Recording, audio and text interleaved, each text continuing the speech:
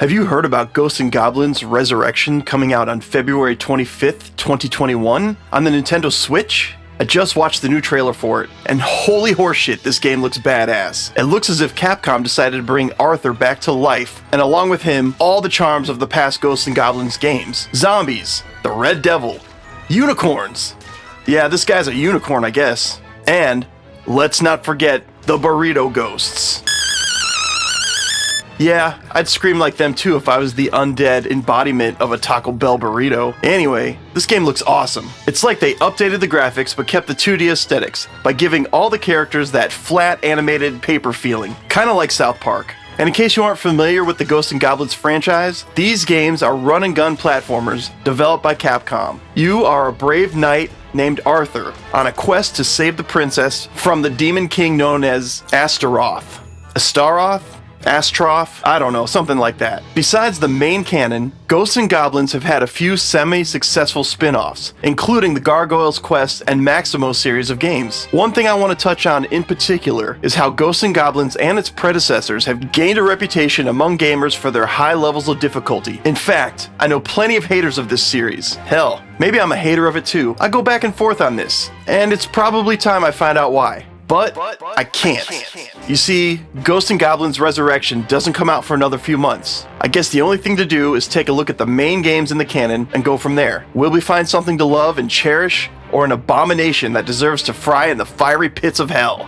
Well, we are about to find out. Let's start off with the Ghosts N Goblins arcade. This is where it all started. Like all of the games, you start out as Arthur, nearly naked in a field, right before your girlfriend is kidnapped by evil, and you're off to save her. You hop inside your shitty one hit and it falls off tinfoil armor, and off you go, throwing your lance or whatever the hell that is at creatures of the night. And these jerks don't make it easy either. In fact, this game is usually cited as one of the most difficult of all time. Yeah, there's checkpoints, but they aren't as forgiving as most games. Usually you get just one checkpoint per level. The NES version of the game is the same. You know, speaking of the NES version, I like this one. Maybe even a little more than the arcade version. Yeah, the graphics aren't up to par, but it has a certain charm to it. Some say it's a broken port, but I prefer the way it controls over the arcade original. Maybe that's just nostalgia talking. On either version, one tradition G&G started that has continued throughout the series is that you don't actually beat the game once you complete it the first time. Nope, that shit was all an illusion.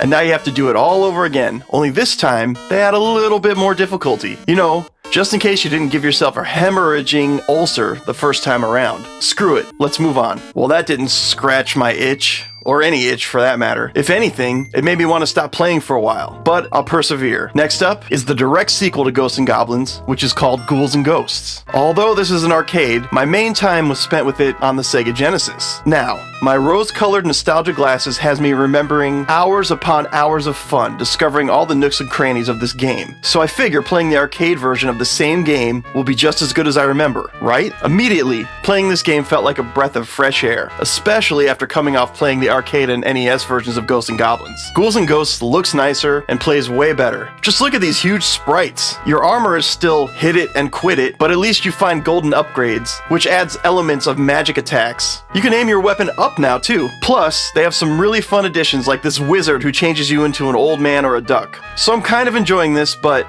something was wrong. I kept trying and trying and trying, and for the love of Arthur's underwear, I couldn't progress past the first level. I know I beat this game before. It was one of the games in my limited Sega Genesis library growing up, so I was really familiar with it. Was I really this rusty? So I broke out the Genesis version, and it's definitely easier and more forgiving with its checkpoints, as well as how many hits the enemies can take. Still, way more frustrating than I remember. Maybe I really do hate these games. Only one way to find out. Keep going. So finally, we have Ultimate Ghosts N Goblins, which is a more modern game for the PSP.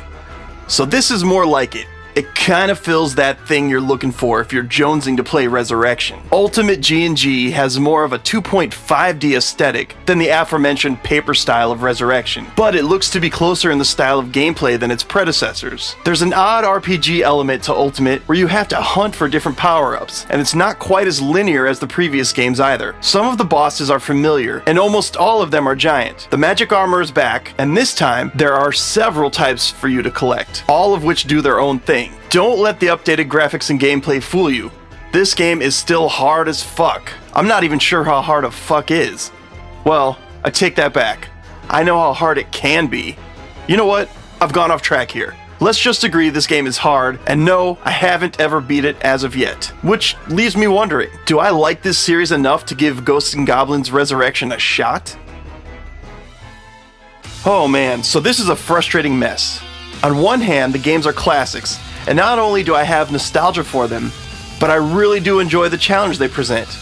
But on the other hand, there are so many tiny nitpicks, I'm not sure if I love or hate it. The plus side is, I think I've had enough Ghosts N Goblins to last until Resurrection comes out. So I guess I do have a bit of hate for this series. Honestly, I think that's okay. You can love and hate certain aspects of things. In fact, I would bet everyone secretly has a little love or a little hate for every Ghosts N Goblins game in the franchise. It's okay, it just means you're well-rounded. So will I be getting Ghosts N Goblins Resurrection? I'm leaning heavily towards yes. There are some games we love to hate, and when you commit to sitting down and mastering those games, once you do, the victory at the end is 100 times sweeter than those games that you love because your favorite plumber is in it or whatever. With these games, it's an accomplishment not many are willing to take on. So let's admit it, everyone secretly hates Ghosts N Goblins a little bit, and that's not only okay, but that's how it's supposed to be.